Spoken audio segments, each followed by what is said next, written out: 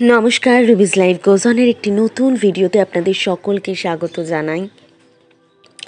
সংখ্যাতত্ত্ব অনুযায়ী এই বছরটির সংখ্যা নাকি 9 এবং এই বছরটি মঙ্গলের বছর এবং অনেক অ্যাস্ট্রোলজারদের মতে এই বছরে নাকি হনুমানজির দর্শনই আপনাদের বছরটিকে খুব সুন্দর করে তুলতে পারে। আর আমার ভিডিও শুরুতে আপনাদের আমি আজ হনুমানজির দর্শনই করালাম, কিন্তু আপনারা সাধারণত যেমন হনুমানজির মূর্তি দেখেন, কোনো হনুমানজি দাঁড়িয়ে আছেন, কোনো হনুমানজি বসে আছেন, কিন্তু এই হনুমানজির মূর্তিটা দেখুন একটু আলাদা। এখানে হনুমানজি শায়িত অবস্থায় রয়েছেন। এই মন্দিরে আমি চলে গিয়েছিলাম বছরের প্রথম মঙ্গলবারে। আপনাদের এই মন্দিরে যদি আসতে হয় কিভাবে আসবেন? এই যে দেখুন, আমি এখন কাঁকিনাড়া স্টেশনে। হ্যাঁ, কাঁকিনাড়া আপনারা আসবেন কি করে? শিয়ালদা থেকে যে ট্রেনগুলো নৈহাটি আসে, শান্তিপুর আসে, কৃষ্ণনগর আসে, মানে কল্যাণী সীমান্ত লোকাল, এই যে মেইন লাইনের যে ট্রেনগুলো, সেই ট্রেনে করে কাঁকিনাড়া স্টেশনে নামবেন। আবার যদি আপনারা কেউ কল্যাণী বা রানাঘাট, শান্তিপুর ওই দিক থেকেও আসেন, তবেও একইভাবে শিয়ালদা লোকাল ধরে আপনারা কাঁকিনাড়া স্টেশনে নামবেন। শিয়ালদা থেকে যারা আসবেন তারা কিন্তু ট্রেনের সামনে উঠবেন, তাহলে আপনাদের ব্রিজটা খুব কাছে পড়বে, কারণ ওভারব্রিজ দিয়ে গিয়েই আপনারা এরকম আরেকটি ব্রিজ পাবেন এবং সেখান থেকেই আপনারা টোটো নিয়ে নিতে পারবেন। এই যে আমি এখন টোটো নিয়ে নিয়েছি, নয়তো রাস্তাটা না আপনাদের বুঝতে একটু অসুবিধা হবে, স্টেশনের কাউকে জিজ্ঞাসা করে নেবেন। আর যারা শান্তিপুরের দিক থেকে আসবেন বা নৈহাটির দিকে শিয়ালদাগামী ট্রেনে উঠবেন, তারা কিন্তু ট্রেনের পিছন দিকে ওঠার চেষ্টা করবেন, তাহলে একদম সামনে পেয়ে যাবেন। এই যে স্টেশনটা নিচে, আমি এখন ব্রিজ দিয়ে চলে এলাম মন্দিরে। টোটো করে, টোটো ভাড়া 20 টাকা, টোটো একদম মন্দিরের সামনে আপনাদের নামিয়ে দেবে। আপনাদের তো বলাই হয়নি, আপনারা টোটোতে কি বলবেন? আপনারা বলবেন মাদ্রাল হনুমান মন্দির যাবেন। এখানকার খুব বিখ্যাত স্থান হলো মাদ্রাল হনুমান মন্দির, তাই সবাই এক বাক্যেই চিনে যাবে। এখানে আছেন শ্রীরাম এবং মাতা সীতা, ভ্রাতা লক্ষ্মণ এবং হনুমানজি। এছাড়া আছেন আপনারা যেরকমটা দেখতে পাচ্ছেন রাধাকৃষ্ণের মূর্তি। রাধাকৃষ্ণের মূর্তিটা দেখে নিয়ে আমি আপনাদের অন্যদিকে নিয়ে যাচ্ছি এবং মন্দিরের গায়ে দেখুন ঠিক এরকম করে বিভিন্ন কারুকাজ ফুটিয়ে তোলা হয়েছে এবং দেখুন কৃষ্ণের জন্মের নানা কাহিনী এভাবেই ফুটিয়ে তোলা হয়েছে। যেরকমটা বলছিলাম, এই যে একটা দিকে তো রাধাকৃষ্ণের মূর্তি ছিল, আর একটা দিকে এই যে এরকম মূর্তি রয়েছে।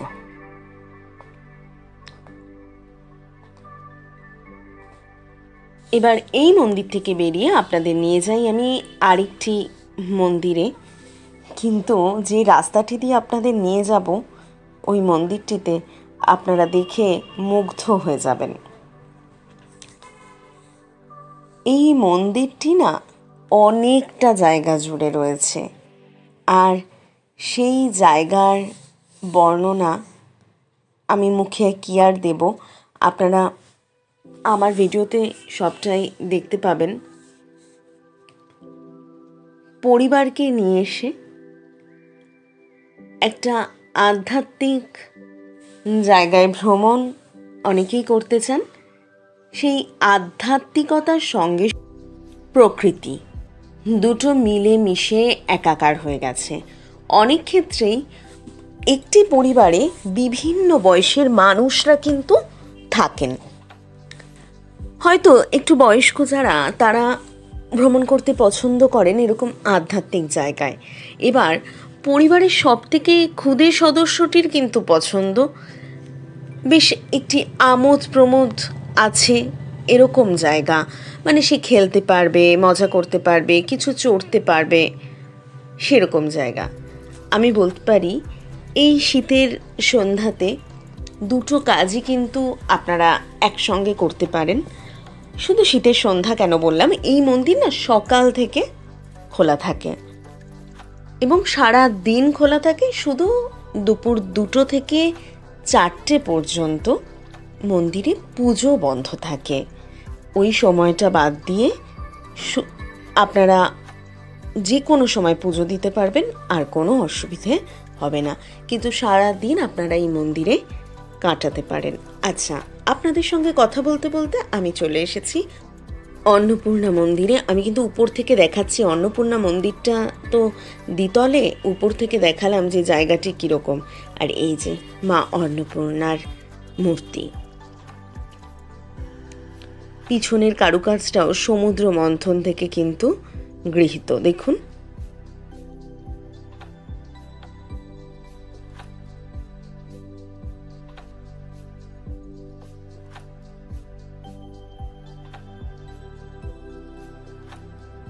পুরো অন্নপূর্ণা মন্দিরটি আমি একটু ঘুরে দেখাই। এই যে উপর থেকে না ঠিক এরকম দেখতে লাগে জায়গাটি। দেখুন কি বড় একটা নন্দী করা আছে, আর দোতলা থেকে ঠিক এতটাই গাছপালা, প্রকৃতি নির্ভর জায়গা।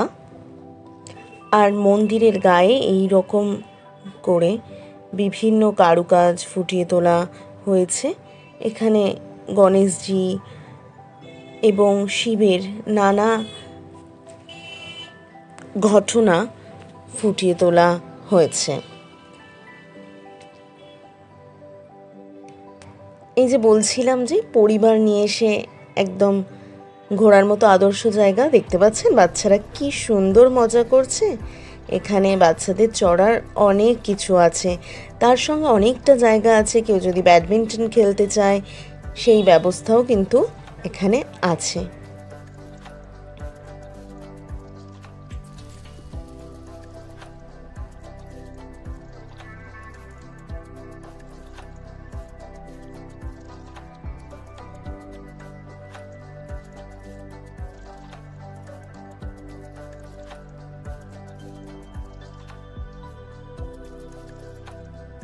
এবার চলে এসেছি আরেকটি মন্দির দেখাতে। আপনারা বুঝতেই পেরেছেন এটা কিসের মন্দির। হ্যাঁ, এটি শিব মন্দির, কারণ নন্দী মহারাজ মন্দির পাহারায় কিন্তু রয়েছেন। এই মন্দিরটি দেখুন, যেন একটা গুহার মধ্যে দিয়ে ঢুকে যেতে হচ্ছে। টানেল যেরকম হয়, সেই মেট্রো টানেলগুলো ঠিক ওই রকমভাবে ঢুকে এই যে শিব মন্দিরটাও কিন্তু অনেকটা গভীরে। মন্দিরের উপর থেকেও দর্শনের ব্যবস্থা আছে, আবার আপনারা এই টানেলের মধ্যে দিয়ে এসেও প্রভুকে দর্শন করতে পারবেন।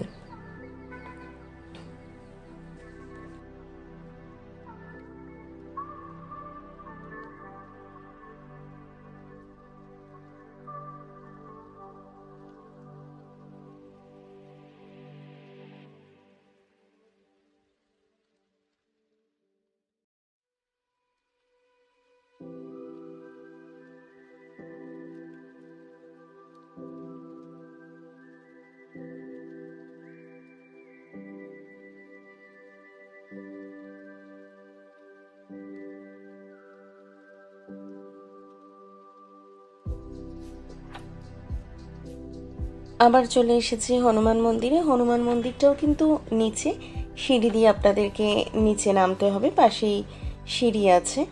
আচ্ছা, উপর থেকে আপনাদের ঠাকুরকে একটু দর্শন করাচ্ছি। এই যে সবাই কিন্তু এখানে পুজো দিতে পারেন। দেখতে পাচ্ছেন বাচ্চাটাকে কেমন ঠাকুরের বুকের উপর রাখা হলো, ছোঁয়ানো হলো। হ্যাঁ, সবাই এখানে সমানভাবে পুজো দেওয়ার সুবিধা পেতে পারেন, তার জন্য এক্সট্রা কোনো টাকা পয়সা লাগে না। এই সুন্দর ব্যবস্থা সত্যি দেখার মতো। আর মেয়েদের কিন্তু ঠাকুরকে ছুঁতে বারণ করা হয়, নিশ্চয়ই কোনো কারণ আছে। এবং আপনারা যে কোনো মূল্যে যে কোনো জিনিস নিয়ে যাবেন যা ঠাকুরকে দেওয়া হয়, বজরংবলীকে প্রত্যেকটা জিনিস কিন্তু ঠাকুরকে দেওয়া হচ্ছে এবং আপনার প্রসাদটা পর্যন্ত ঠাকুরের মুখে দেওয়া হচ্ছে। যখন আমরা এরকম পুজো দিতে যাই সেটাই তো আমাদের সব থেকে বড় প্রাপ্তি। এবার সিঁড়িটা একটু দেখিয়ে দিলাম আপনাদের, মানে কিভাবে আপনারা সিঁড়ি দিয়ে নিচে নামবেন। এই যে দেখুন, ওই সিঁড়িটা দিয়ে নামা যায়, আর এই যে ডান দিকে যে সিঁড়িটা দেখালাম সেটা দিয়ে ওঠার ব্যবস্থা রয়েছে। আচ্ছা, এই যে মন্দির চত্বরটা দেখাচ্ছি, মন্দির চত্বরটা দেখেছেন কতটা বড়? এই যে আপনাদের টুকরো টুকরো ভাবে বিভিন্ন জায়গা তুলে ধরার চেষ্টা করছি। আমি যখন এসেছিলাম তখন কিন্তু বিকেল ছিল, এখন দেখুন বেশ অন্ধকার হয়ে গেছে। এই যে শিব মন্দিরের সামনে নন্দীটা দেখালাম। আচ্ছা, আর একটা জিনিস বলি, এখানে কিন্তু মাত্র 51 টাকার বিনিময়ে ঠাকুরের ভোগ প্রসাদ সংগ্রহ করা যাবে। আচ্ছা, এই গাছটার সামনে হচ্ছে আপনারা মনস্কামনা জানিয়ে ঢিল বাঁধতে পারেন। একটি গণেশ মন্দির আছে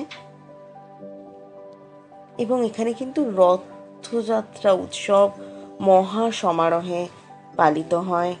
অনেকে গোমাতার সেবা করেন, এখানে গোমাতাও রয়েছেন। মানে এক কথায় একটি জায়গাতেই আপনারা সব কিছু পেয়ে যাচ্ছেন।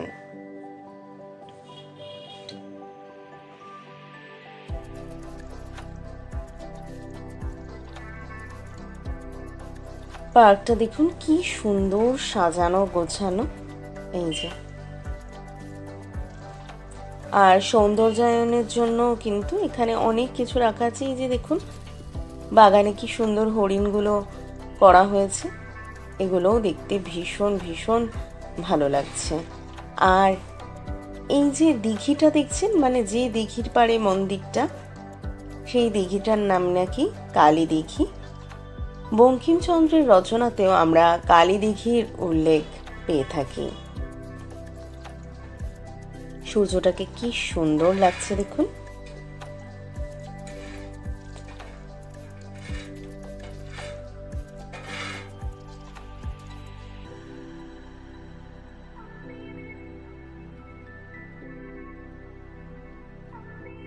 আর পুজো দেওয়ার সামগ্রী নিয়ে যদি ভাবেন, তবে পুজো দেওয়ার সামগ্রী কিন্তু আপনারা পেয়ে যাচ্ছেন মন্দিরের একদম সামনে। পুজো দেওয়ার সামগ্রীর যা যা লাগে সবটাই ওখানে পেয়ে যাচ্ছেন। তাই আলাদা করে কেউ যদি নিয়ে আসতে চান সেটার কথা আলাদা, কিন্তু না নিয়ে এলেও কোনো অসুবিধা হওয়ার কথা নয়।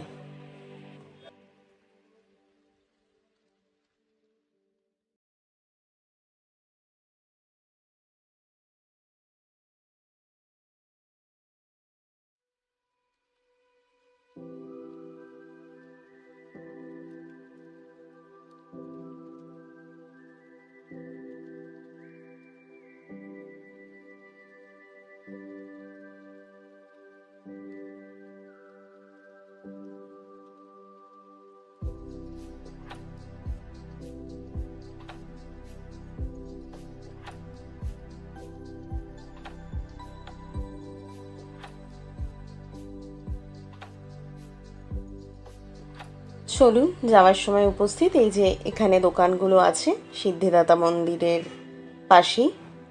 আর বাইরে দেখুন পার্কিংয়ের ব্যবস্থা আছে, বাচ্চাদের আরও খেলার জিনিস আছে। তারপর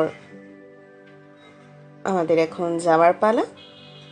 এই যে মাদ্রাল হনুমান মন্দিরের এটি গেট। আজকের ভিডিওটি ভালো লাগলে একটি লাইক, কমেন্ট এবং শেয়ার করবেন, এবং যদি আমার চ্যানেলে নতুন হয়ে থাকেন প্লিজ চ্যানেলটি সাবস্ক্রাইব করে আমার পাশে থাকবেন। ভালো থাকবেন, সুস্থ থাকবেন এবং সঙ্গে থাকবেন রবিজ লাইফ গোজ অনের। খুব তাড়াতাড়ি আসব একটি নতুন বিশেষ স্থানের সন্ধান নিয়ে।